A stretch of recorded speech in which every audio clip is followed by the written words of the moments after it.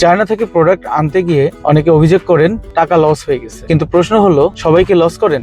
না, যারা লস করেছেন ফোকাস গুলো সঠিক জায়গায় দিতে পারেন না। মূল সমস্যা সাধারণত দুইটি জায়গায়, একটি হচ্ছে ভুল সোর্সিং এজেন্ট সিলেকশন, আরেকটি হচ্ছে শিপিং খরচ কমাতে না পারা। ভুল সোর্সিং এজেন্ট সিলেক্ট করলে আপনার প্রোডাক্টই ভুল হবে, দাম এবং কোয়ালিটি ভুল হবে এবং এতে আস্তে আস্তে লসের সম্মুখীন হবেন। প্রোডাক্টের কস্ট যদি না কমাতে পারেন, শিপিং কস্ট যদি না কমাতে পারেন, সেক্ষেত্রে অনেক লাভের প্রজেক্টও লসের মুখ দেখতে পারে।